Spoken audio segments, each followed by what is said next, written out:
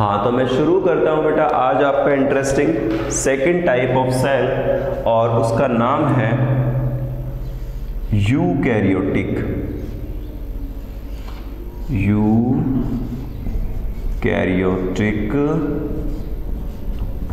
Cell. किसकी बात करने वाले हैं आज बच्चों? हम यूकैरियोटिक सेल की बात करने वाले हैं। ठीक है, अब समझिए। तो जो यूकैरियोटिक सेल हैं उन सेल को हम सिंपल सेल कहते हैं या एडवांस, उन्हें हम कहते हैं एडवांस सेल। कैसा कहते हैं बच्चों? Advance cell.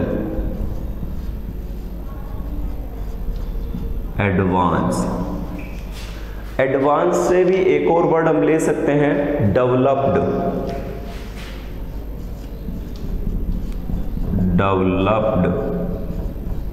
आप लिखते भी जाए बेटा मेरे साथ साथ।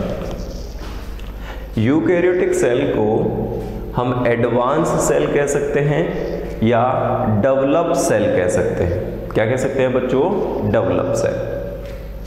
अब यूकैरियोटिक सेल के बारे में अगर हम जाने तो ये एडवांस सेल या डेवलप्ड जो सेल है, इसके एग्जाम्पल हमें सबसे पहले पता होने चाहिए। तो मुझे बताओ, ह्यूमन बीइंग्स यानी हम लोग कौन सी सेल है, प्रोकैरियोटिक या यूकैरियोटिक? आंसर दीजिए। मैसेज बॉक्स में आप टाइप कर सकते हो बच्चों कि हम कौन सी सेल हैं, प्रोकैरियोटिक सेल हैं या यूकैरियोटिक सेल हैं। Anish Meena, eukaryotic cell. Human beings eukaryotic cell हैं, और उसके एग्जाम्पल की अगर हम बात करें तो एक तो हो गए बेटा मेनली प्लांट सेल्स, और एक हो गए हैं बच्चों एनिमल सेल। एक तो हो गए हैं प्लांट सेल और एक हो गए हैं एनिमल सेल्स। क्लियर है बच्चों? ठीक है। तो प्लांट सेल्स और एनिमल सेल्स के बारे में जब हम पता करते हैं तो दोनों की दोनों ही यूकैरियोटिक सेल्स है। कैसी सेल है बच्चों? यूकैरियोटिक सेल है। तो चलो हम एक यूकैरियोटिक सेल का डायग्राम जब पढ़ेंगे तो पता कर पाएंगे कि प्रोकैरियोटिक सेल से यूकैरियोटिक सेल कैसे डिफरेंस है। ओके बच्चों? ठीक है। तो पहले आप एग्जाम्पल लिख लीजिए। Mostly plant and animal cells are eukaryotic. Mostly plant and animals are eukaryotic cells. Okay बच्चों? प्लांट्स और एनिमल्स यूकैरियोटिक सेल्स है। कैसी सेल है बच्चों? Eukaryotic cell. क्लियर है बात यहां तक की? अब देखिए, अब हम एक डायग्राम पे बात करेंगे और तब समझ पाएंगे कि यूकैरियोटिक सेल्स कैसे होते हैं। ठीक है, तो मैं यहां से यूकैरियोटिक सेल का डायग्राम बनाने वाला हूं।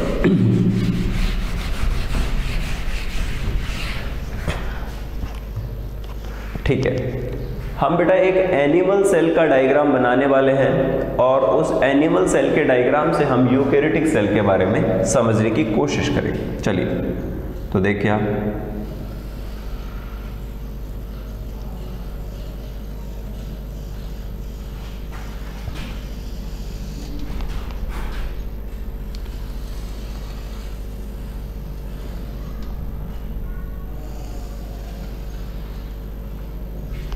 सभी को दिखाई दे रहा है ये डायग्राम? ठीक है। अब बेटा एक एनिमल सेल की बात कर रहे हैं। किसकी बात कर रहे हैं? एनिमल सेल की बात कर रहे हैं। तो मैं यहां लिख देता हूं एनिमल सेल। हम बात कर रहे हैं बच्चों एनिमल सेल की। किसकी बात कर रहे हैं? एनिमल सेल की। तो जो एनिमल सेल है, उस एनिमल सेल में ये स्ट्रक्चर के लिए अपन देखते हैं यहां पर।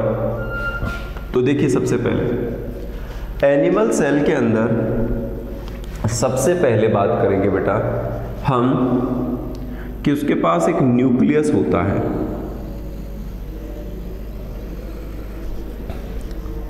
क्या होता है उसके पास? एक nucleus. The eukaryotic cell have a well developed nucleus. Eukaryotic cell have a well develop nucleus. Okay बच्चों, तो यूकैरियोटिक सेल के पास एक वेल डेवलप न्यूक्लियस होता है। तो सबसे पहले अपन उसके स्ट्रक्चर को कुछ समझने की कोशिश करते हैं। तो देखिए बच्चों,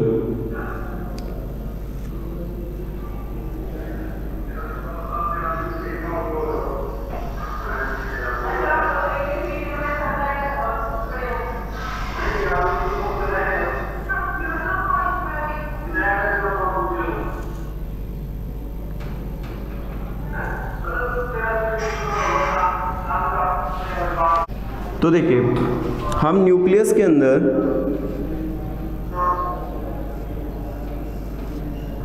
जिस स्ट्रक्चर की बात कर रहे हैं वो सबसे सेंटर में सबसे पहले जो चीज़ है उसकी बात अगर हम बात करें तो वो स्ट्रक्चर है बेटा न्यूक्लियस। क्या है? न्यूक्लियस। वेरी इंपॉर्टेंट स्ट्रक्चर, समझने की कोशिश करें बेटा सभी। ये जेनेटिक मटेरियल है,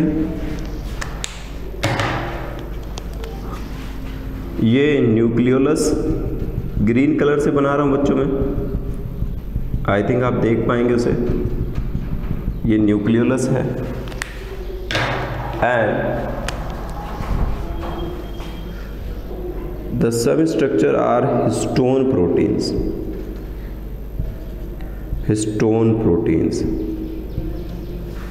सुन पा रहे हैं सभी के सभी? Histone proteins. ठीक है बच्चों, तो देखिए यहाँ पर जब यूकैरियोटिक सेल की हम बात कर रहे हैं तो वो यूकैरियोटिक सेल जिसके अंदर हम सबसे पहले बात कर रहे हैं, तो ये स्ट्रक्चर के अंदर जब देखते हैं तो ये न्यूक्लियर मेम्ब्रेन है। Nuclear membrane,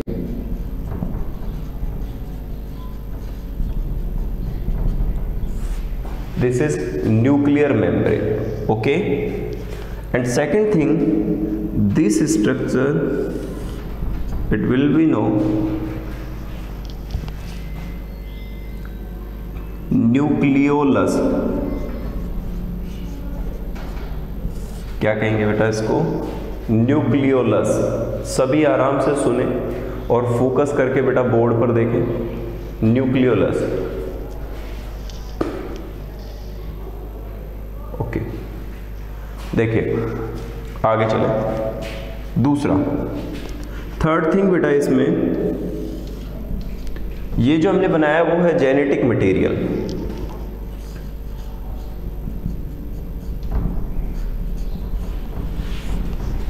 genetic material. Okay, और उसके साथ ये कुछ बेटा बीड्स लाइक स्ट्रक्चर्स अटैच हैं। These structures are known as histone proteins.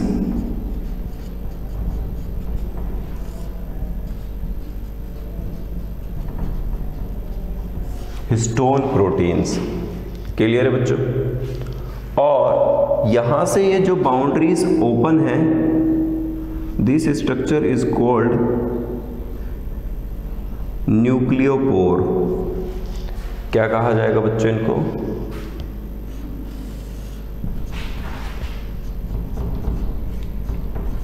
न्यूक्लियोपोर। इन्हें हम क्या कहेंगे? Nucleopore. Nucleolus, nucleopore, nuclear membrane, genetic material और हिस्टोन प्रोटीन। बेटा ये सब के सब मिलकर के एक वेल डिफाइंड न्यूक्लियस बनाते हैं। क्या बनाते हैं? एक वेल डिफाइंड न्यूक्लियस।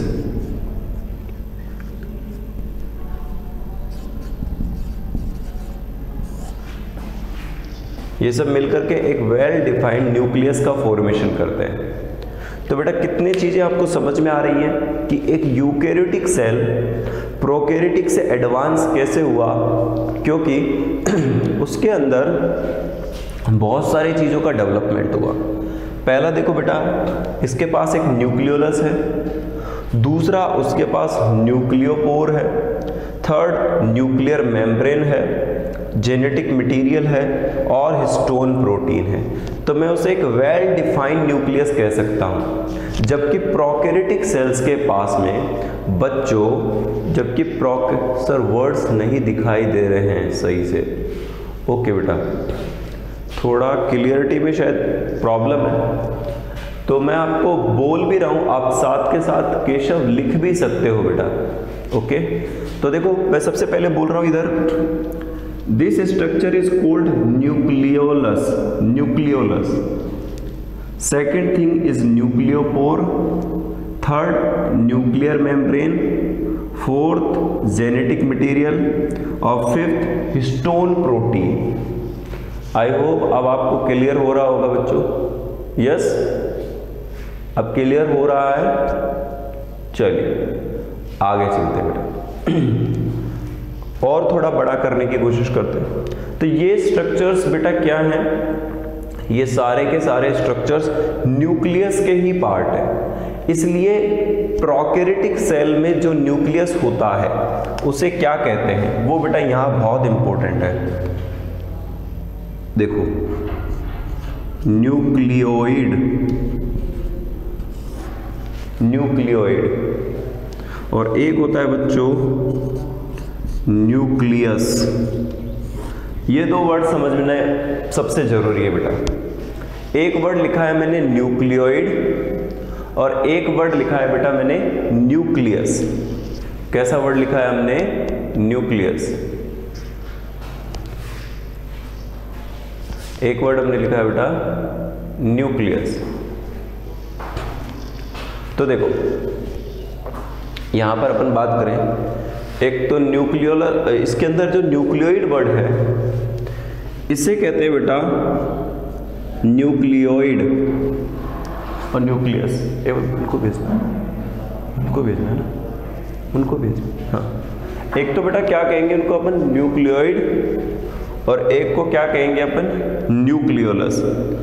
तो जो न्यूक्लियोइड स्ट्रक्चर है बच्चों, ये होता है केशव, ये होता है अनडेवलप्ड या एनिशियंट न्यूक्लियस, जो सिंपल हो, या आप थोड़ा सा कह सकते हो कि गरीब न्यूक्लियस। ठीक है, थोड़ा सा ऐसे अदरवाइज समझाने के लिए बेटा, गरीब न्यूक्लियस का मतलब उसके पास कुछ चीजें कम हैं, जबकि यूकैरियोटिक सेल के वाले न्यूक्लियस के पास चीजें ज्यादा हैं। क्लियर है बात? तो मैं ये कह सकता हूं कि प्रोकैरियोटिक सेल के पास जो न्यूक्लियस है वो तो सिंपल न्यूक्लियस है, तो आप उसे न्यूक्लियस ना कहिए, we can say nucleoid. What we say? Nucleoid. Clear है बच्चों? लेकिन सेकंड थिंग, अगर हम न्यूक्लियस की बात कर रहे हैं तो eukaryotic cell have well developed nucleus. Eukaryotic cells के पास एक वेल डेवलप्ड न्यूक्लियस है। क्लियर है बच्चों? क्लियर है बच्चों? ठीक है, तो आपको दो चीजों में डिफरेंस क्लियर हुआ होगा। Sir nucleoid word we use for prokaryotic cells and nucleus word we use for eukaryotic cells. तो मैं कह सकता हूं the nucleoid is a simple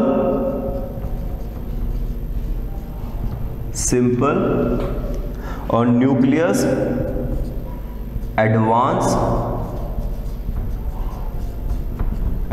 है बच्चों। न्यूक्लियस कैसा है? एडवांस है। Nucleolus, nucleus. हाँ, अब इसके बाद अगर अपन बात करें तो न्यूक्लियोइड वर्ड किसके लिए यूज होगा बेटा? Prokaryotic cell. प्लीज मेंशन करो बेटा इस बात को। न्यूक्लियोइड वर्ड किसके लिए यूज होगा? प्रोकैरियोटिक के लिए। और न्यूक्लियस वर्ड किसके लिए यूज होगा बेटा? यूकैरियोटिक के लिए। कुछ बच्चे बेटा अपना वीडियो ऑन करो जो मुझे पता चल पाए आपको कुछ प्रॉब्लम तो नहीं हो रही है। तो बेटा नोट करते जा रहे हो ना? हिमांशु, केशव, न्यूक्लियोइड वर्ड हमने किसके लिए लिखा? सिंपल प्रोकैरियोटिक सेल के लिए। एनसीईआरटी में दोनों जगह दो वर्ड यूज किए गए हैं, एक तो न्यूक्लियोइड वर्ड यूज किया गया है और एक न्यूक्लियस। दोनों में डिफरेंस कर पा रहे हो ना? यस, हाँ, ओके। तो न्यूक्लियोइड वर्ड किसके लिए होगा बेटा? प्रोकैरियोटिक सेल्स के लिए, और न्यूक्लियस वर्ड किसके लिए होगा? यूकैरियोटिक सेल के लिए। क्लियर है बात यहां तक की? पक्का ना? चलिए, अब यहां पर मैंने बेटा न्यूक्लियस का जो स्ट्रक्चर बनाया है, इसमें आप यहां पर फोकस कर पा रहे हो तो देखो मैंने एक ग्रीन कलर से एक स्ट्रक्चर बनाया है, ग्रीन कलर का, थोड़ा सा आप देख पा रहे हो तो ये जो ग्रीन कलर का स्ट्रक्चर है बेटा, ये है न्यूक्लियोलस, NUCLEOLUS, न्यूक्लियोलस। क्या कहते हैं बेटा इसको? न्यूक्लियोलस। ओके, तो न्यूक्लियोलस को क्या कहते हैं? Nucleus of nucleus. बताओ क्यों कहा न्यूक्लियस ऑफ न्यूक्लियस? क्योंकि वो ऑलरेडी न्यूक्लियस के अंदर प्रेजेंट है। किसके अंदर प्रेजेंट है? न्यूक्लियस के अंदर। किसी को फंक्शन पता है कि न्यूक्लियोलस क्या फंक्शन करता है? हिमांशु, केशव, तन्नू, अनीश, किसी को पता है न्यूक्लियोलस क्या फंक्शन करता है? बहुत इंटरेस्टिंग फंक्शन है उसका। न्यूक्लियोलस क्या फंक्शन करता है? नहीं पता? ओके बेटा, देखो न्यूक्लियोलस लिख लीजिए आप इसके साथ कहीं एक्स्ट्रा में। न्यूक्लियोलस राइबोसोम को सिंथेसाइज करवाता है। It will be help ribosome synthesis.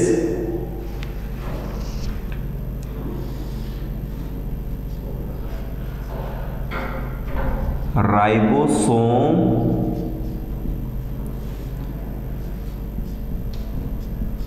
synthesis.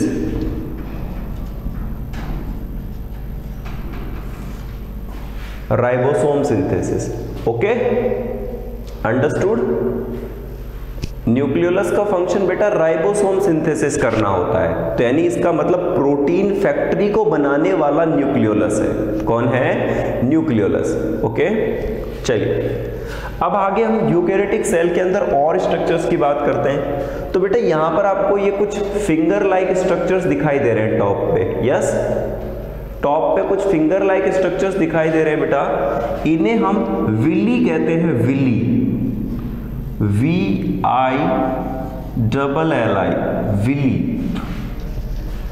Finger like structures villi कहलाते हैं बेटा। ओके, ठीक है। अब जब हम एक एनिमल सेल का डायग्राम बना रहे हैं तो क्या मुझे बताओ, एनिमल सेल पर सेल वॉल होनी चाहिए क्या?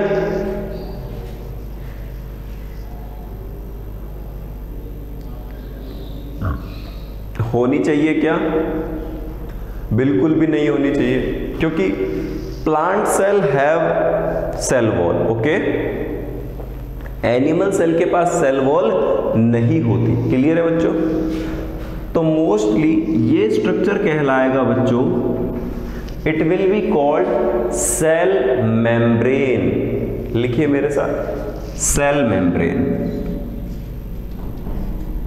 Cell membrane. तो इसे हमने क्या कहा? Cell membrane. क्लियर है? चलिए, तो अभी सर हमने एक तो सेल मेम्ब्रेन के बारे में जान लिया, एक सर न्यूक्लियस के बारे में जान लिया। देखो न्यूक्लियस में क्या क्या पार्ट बताए बेटा, मैंने थोड़ा सा डिफाइन करूंगा। This structure is called nucleolus. फिर उसके बाद बेटा यहाँ पर कुछ पॉकेट लाइक स्ट्रक्चर्स हैं जिसमें से राइबोसोम या बहुत सारी चीजें बाहर निकलती रहती हैं, उनको कहते हैं न्यूक्लियोपोर, यानी किसी चीज का आने जाने का रास्ता, तो न्यूक्लियोपोर कहलाएगा। फिर उसके बाद इसके सराउंडिंग जो मेम्ब्रेन है बेटा, उसको न्यूक्लियर मेम्ब्रेन कहेंगे। क्या कहेंगे?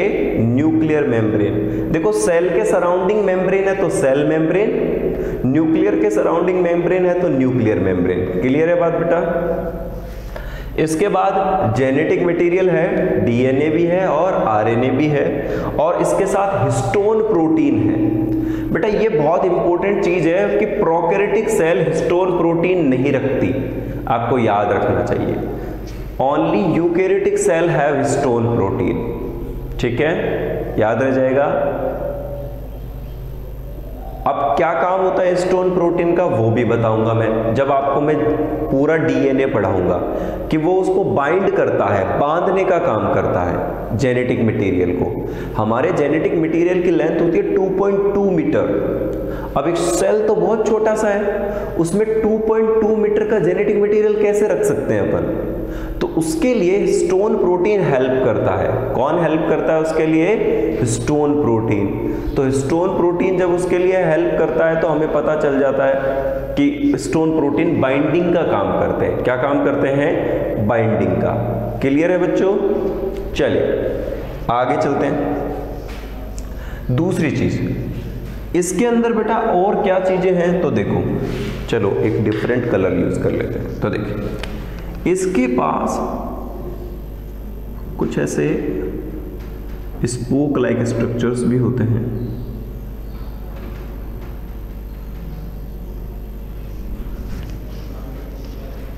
Can you see? आप देख पा रहे हो इसको? Yes, okay. इस स्ट्रक्चर को क्या कहेंगे हम केशव? इस स्ट्रक्चर को हम कहने वाले हैं बेटा सेंट्रियोल।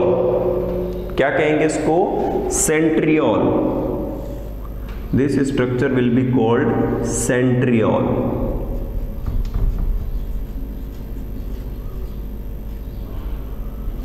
सेंट्रियोल। सेंट्रियोल का फंक्शन होता है बेटा सेल डिवीजन के लिए। किसके लिए होता है बेटा इनका फंक्शन? सेल डिवीजन के लिए। क्लियर है? क्लियर है? चलिए, तो सेंट्रियोल का फंक्शन होता है बच्चों सेल डिवीजन के लिए। ओके, ठीक है। आगे भी कुछ स्ट्रक्चर्स हैं। तो देखो इधर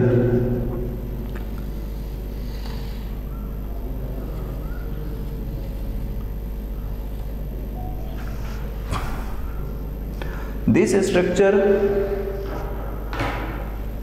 will be called माइटोकॉन्ड्रिया। क्या कहेंगे बच्चों इसको अपन? माइटोकॉन्ड्रिया। माइटोकॉन्ड्रिया।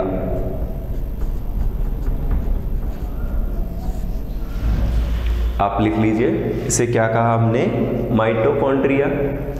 तो जो माइटोकॉन्ड्रिया होता है उसका क्या फंक्शन होता है? It will be also called power house of cell. Yes या नो?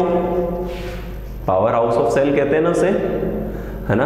आप लोग मुझे देख रहे हो एक एनर्जी के साथ, मैं आपको पढ़ा रहा हूं एक एनर्जी के साथ, तो ये एनर्जी मुझे कौन दे रहा है? माइटोकॉन्ड्रिया। माइटोकॉन्ड्रिया के पास ये एनर्जी कहां से आई? फूड के पास से। और फूड से ये एनर्जी बनी, वो किस फॉर्म में बनी बच्चों? वो बनी एटीपी के फॉर्म में। किस फॉर्म में बनी बच्चों? एटीपी के फॉर्म में। Anyone know about what is the full form of ATP? ATP का किसी को भी पूरा नाम पता है क्या?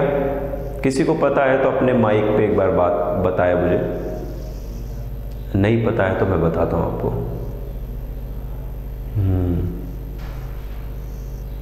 नहीं पता? चलो कोई बात नहीं। एटीपी का पूरा नाम होता है बेटा एडिनोसिन ट्राइफॉस्फेट। क्या होता है बच्चों? Adenosine triphosphate. मैं लिख भी देता हूं बेटा, यहां पे कहीं जगह बच रही है तो यहां लिख देता हूं। चलिए देखिए, एडिनोसिन ट्राइफॉस्फेट।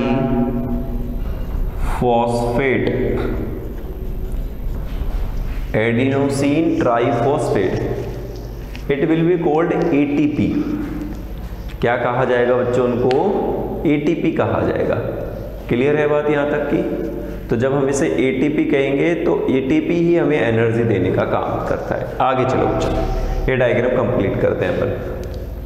तो यहां पर सेंट्रियोल है और सेंट्रियोल के साथ अगर अपन देखें तो इसके आगे जब अपन बढ़ते हैं तो ये माइटोकॉन्ड्रिया हो गया। इसके अलावा यूकैरियोटिक सेल के पास में कुछ रिजर्व फूड मटेरियल के साथ राइबोसोम तो पाए ही जाते हैं, उन्हें कैसे भूल गए अपन। चलो, this structure is called ribosome. तो बेटा राइबोसोम कौन से होंगे ये मुझे आप लोग बताओ।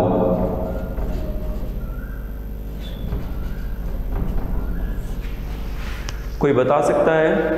अनीश, टीना, आप मुझे बताओ राइबोसोम कौन से टाइप के होंगे यहाँ पे, 70 या 80? बेटा हिमांशु गलत आंसर, 70S तो प्रोकैरियोटिक सेल में होता है, याद करो कल ही हमने डिस्कस किया था, है ना। यस, हाँ बेटा प्रोकैरियोटिक सेल में 70S, यूकैरियोटिक सेल में 80S, ऐसे याद रख लेंगे। वेरी गुड, केशव की तरफ से सही आंसर आया sir 80S, very nice.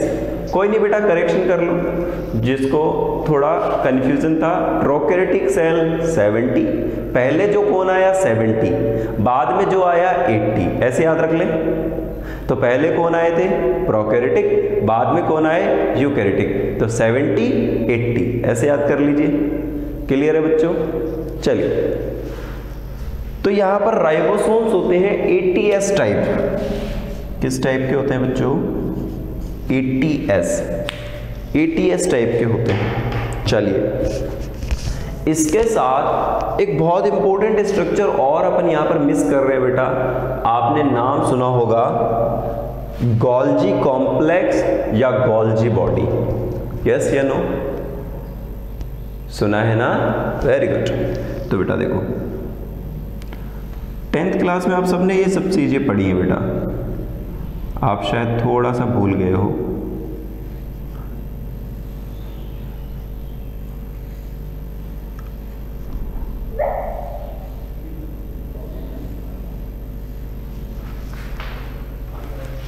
Okay, this structure is called Golgi body. अगर आप जस्ट न्यूक्लियर मेम्ब्रेन के नीचे देख पा रहे हो तो मैंने ये 3 स्टैक बनाए हैं जो बेटा गोल्जी कॉम्प्लेक्स या गोल्जी बॉडी कहलाते हैं। लिख लीजिए आप इसे भी, गोल्जी बॉडी। मैं यहां लिख देता हूं, गोल्जी बॉडी। क्या कहा जाएगा उसको? गोल्जी बॉडी कहा जाएगा। ओके, तो हम इसे गोल्जी बॉडी कहेंगे। ओके, अब आगे चलिए बच्चों। इसके साथ अगर आपने देखा होगा तो सर प्रोकैरियोटिक आज हम इतना कर पाएंगे और प्रोकैरियोटिक यूकैरियोटिक सेल्स के लिए, और आगे कंटिन्यू करेंगे। एक बार आप एनसीईआरटी से भी डायग्राम देख ले बेटा, ठीक है। यूकैरियोटिक सेल को पढ़ने की कोशिश करें। अब हम आगे केशव क्या करने वाले हैं, एक एक ऑर्गेनल को डिस्कस करेंगे। ओके तन्नू, अनीश, सभी एक एक ऑर्गन को डिस्कस करेंगे, cell wall, cell membrane, mitochondria. ठीक है बेटा, बस एक आपसे रिक्वेस्ट है बेटा छोटी सी, अगर आप लोग मेरी बात माने तो जितने हमारे क्लास में 10th वाले थे, mostly students are interested in biology, आप उन्हें बेटा लिंक शेयर करो मीटिंग आईडी का, और उनको बोलो कि अब रेगुलर क्लासेस हो रही हैं तो वो क्लासेस लें बेटा। समझ पा रहे हो ना मेरी बात को आप? Keshav, Himanshu, you will be try to best, आप अपना ट्राई बेस्ट करो बेटा, हम हमारी तरफ से भी कर रहे हैं। तो उनको थोड़ा सा आप इनकरेज करें कि डोंट मिस द क्लास बेटा, क्लास को बिल्कुल मिस ना करें और कंटिन्यू स्टडी पे बने रहे। ठीक है टीना, समझ में आया बेटा? एक बार थम्स अप कर दीजिए समझ में आई चीजें तो। सभी की तरफ से थम्स अप आ जाना चाहिए समझ में आया तो एक बार। वेरी गुड, केशव की तरफ से आ गया है, हाँ टीना की तरफ, अनीश की तरफ से आ गया है, हिमांशु की तरफ से भी आ गया है। ओके बेटा, तो आज के लिए इतना ही। आप लोगों से मिलके बहुत खुशी हुई। राजश्री परिवार से बेटा इसी तरह जुड़े रहो, और बेटर कर रहे हैं अपन टेक्नोलॉजी को, और भी बेहतर कर रहे हैं आप लोगों के लिए। ठीक है, सारी चीजें और बेटर की जा रही हैं आप लोगों के लिए, बस आप कंटिन्यू स्टडी में लगे रहे बेटा, ये हम सबका एक मोटो रहेगा। दिन रात मेहनत कर रही है, मैं आपके साथ हूँ बेटा, पूरा परिवार आपके साथ है। तो थैंक यू सो मच बेटा, आप सभी यहाँ पर हैं, थैंक यू सो मच। कल मिलते बेटा, थैंक यू सो मच।